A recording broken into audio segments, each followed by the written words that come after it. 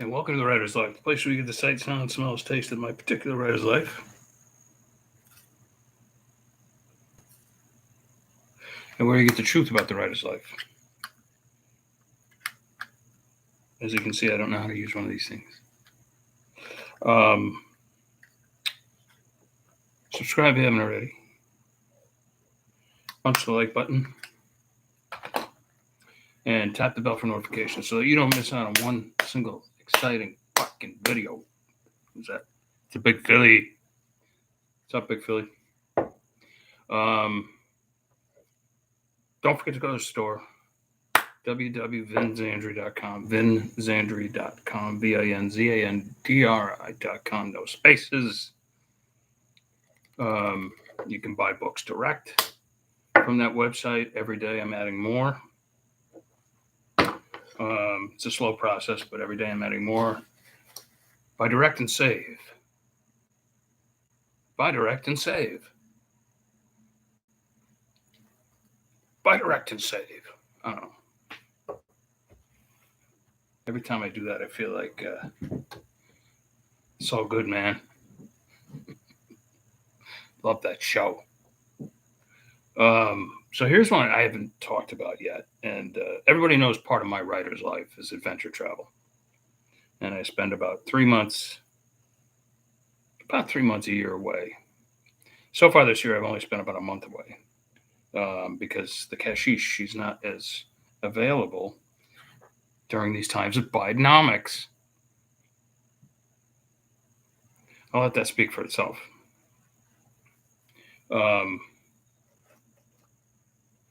But 'tis merely a flesh wound. I'll be back in the sky pretty soon.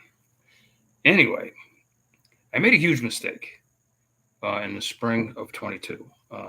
Took a extended adventure trip to Turkey with Intrepid Travel. They're usually my go-to group,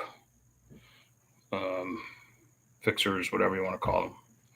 You can either set up your own program and they supply it with fixers and drivers, or you all too often they have for less money. Like you can go with like 5 or 6 or 7 or 8 people or whatever it is, and do the same program basically. But you're going to be with other people. But I find that to be a good thing, to meet new people, strangers, and there's always some really cool people, whatever. Anyway, make a long story even longer. I invited a friend from Italy. Now he's an American, and he and his wife are older than me. They're in their 70s, but early 70s. But they're very young. I met him at the gym, and because they don't have kids, so like having kids takes like decades off you. Let me tell you. But anyway, he was very excited. Like couldn't wait to go. I was surprised he even said yes.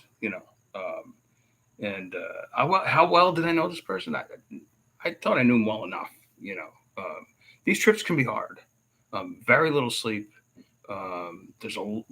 You're covering like sometimes 500 miles or 500 kilometers a day. Different foods, whatever. Your stomach gets fucked up, and like it's not a day at the beach by any means. And that's what I love about these trips. Just like I did with Egypt a few months ago. They can be very difficult, very dangerous at times, and at minimum, they're exhausting. So anyway, like happy to see him and all this, and we eat there a few days early, have a few drinks on the Black Sea, and this is right when the war had started, and a lot of Ukrainian refugees coming in, and a lot of Russians coming in too, who wanted to avoid the war, and they got along fine with the Ukrainians. There was no problem. And then we meet who's going to be our fixer, our guide, and for the first time ever, it's a female. And I've been using an Intrepid for about 15 years, and for the first time ever, this very attractive female in her 40s, and she goes out of her way to say she's single, which I found titillating because I basically was at the time too. Well, it's complicated. But anyway, um, and like at first, like I found like every time I got a chance to be alone with her or whatever, like he'd be there. He'd make sure he was there, or he'd jump in or whatever. And like, okay, whatever, I don't care. It's not like she's gonna, break protocol and like knock on my door and like, oh, you wanna, that's not gonna happen. But in any case, he then goes from that to like he's really starts busting my balls for some reason. I don't know. Calling me an old man and this and that and whatever. Like, and here I am getting up at like 4:30 and going for jogs, in all sorts of different climates because we went from like extreme heat to extreme cold. It was actually snowing in the mountains, stuff like that. Cappadocia. And I'm like, dude, aren't you in your 70s and I'm in my 50s? Why are you calling me an old man? And it was just one bust after the other. And after a while, it starts getting to be like, all right, dude, you're really getting on my nerves. So we end up I forget where we were. About day 12 into the trip, probably something like that. We got like maybe 10 days left. And at the same time, I get fucking inundated with assignments. So much so that I can't like actually do some of the things that everybody else is doing. Whatever, I have to stay back at the hotel. I have like 3 major assignments from Strategy Magazine, the now defunct Strategy Magazine, plus a ton of work from Scalefluence. And I'm also trying to contribute to Kindle Vella, new fiction every single day. So like I'm just like overloaded with work while I'm in Turkey, and I gotta, so like every free second I'm working, I'm sometimes even working like in the 4x4 or whatever. And, so other people around me might perceive me as having been in a bad mood or something like that. I wasn't. I was just, my mind was not only on the trip and gathering research, but also on the work I had to do. And I explained that to the fixer, and she totally understood it. And she's like, I'm going to set it up for you so that you have the time you need. And which was really cool of her, by the way. Look at that. It's not going away. Hope I don't have leukemia. Bite my tongue. Anyway, that makes it go away if you bite your tongue. So anyway, we're out to dinner one night, and I'm fucking tired, right? I'm just fucking tired. And he's sitting across from me, and so is the fixer. And I'm sitting next to the driver. This guy named Ishmael, which was perfect. He was like this big Turkish man. I thought that was the perfect name. And, my friend starts right in, busting my balls, just like one after the other. I can't even get a breath.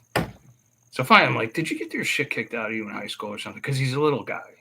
I'm not the biggest guy, believe me, but he's probably about my height, but like maybe 40 pounds less, probably easily 40 pounds less.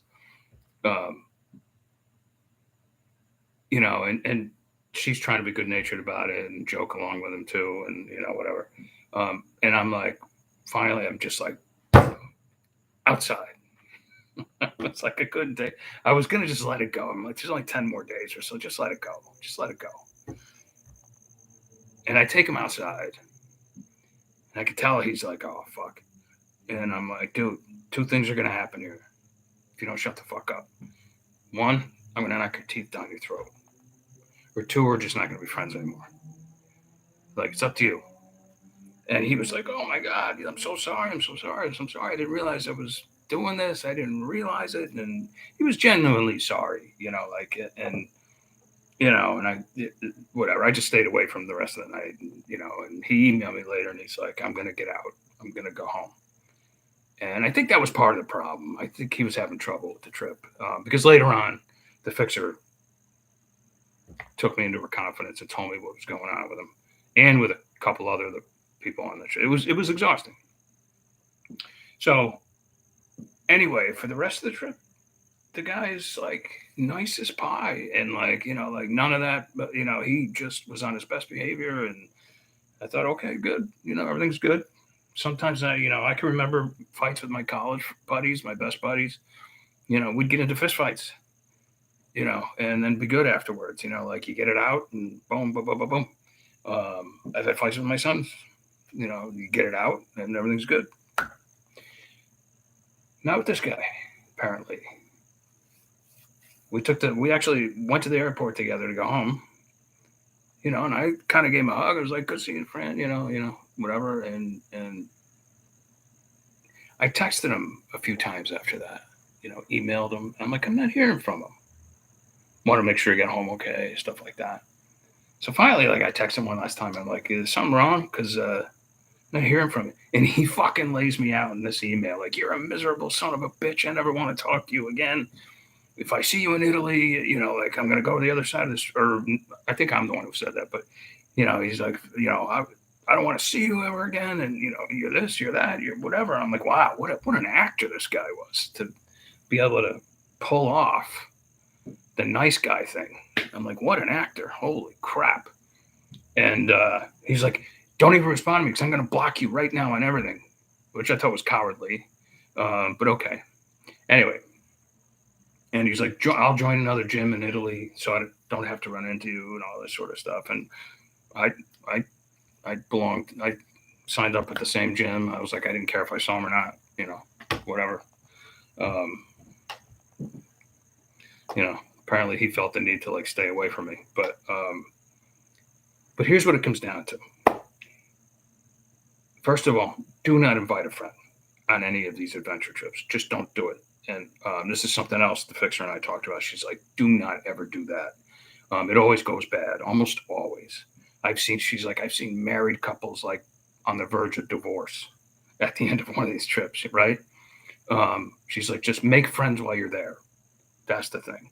And then the second thing is, it turns out this is just his personality to be a buster. Like some people are just ball busters. It's just the way he was. I mean, I didn't know him well enough. He's a nice guy, like he's not a bad guy. Nice wife, the whole thing. It's just that I didn't know him that well. I had only known him insofar as we had dinner once together, maybe twice in a span of like 10 years. And maybe we had like 10 drinks, went out, met for drinks 10 times or something. I think maybe a little more than that the last few years we met more often for an aperitif or whatever. But still, I didn't know him that well. And so I didn't know what I was getting into. And just again, I'm making this long story even longer. There have been several friends of mine, who I went to high school with, or college, who are like, "Oh, I'm coming to Italy to see you." And, I'm coming or whatever. And I'm always like, I got to tell you, when I'm there, I'm working, and you're going to be on your own, whatever. I always discourage it. The only time I didn't was a German friend of mine, because he's like, "I bought my ticket and I'm coming." I'm like, "All right, but you got to stay at a hotel." And he was fine with it.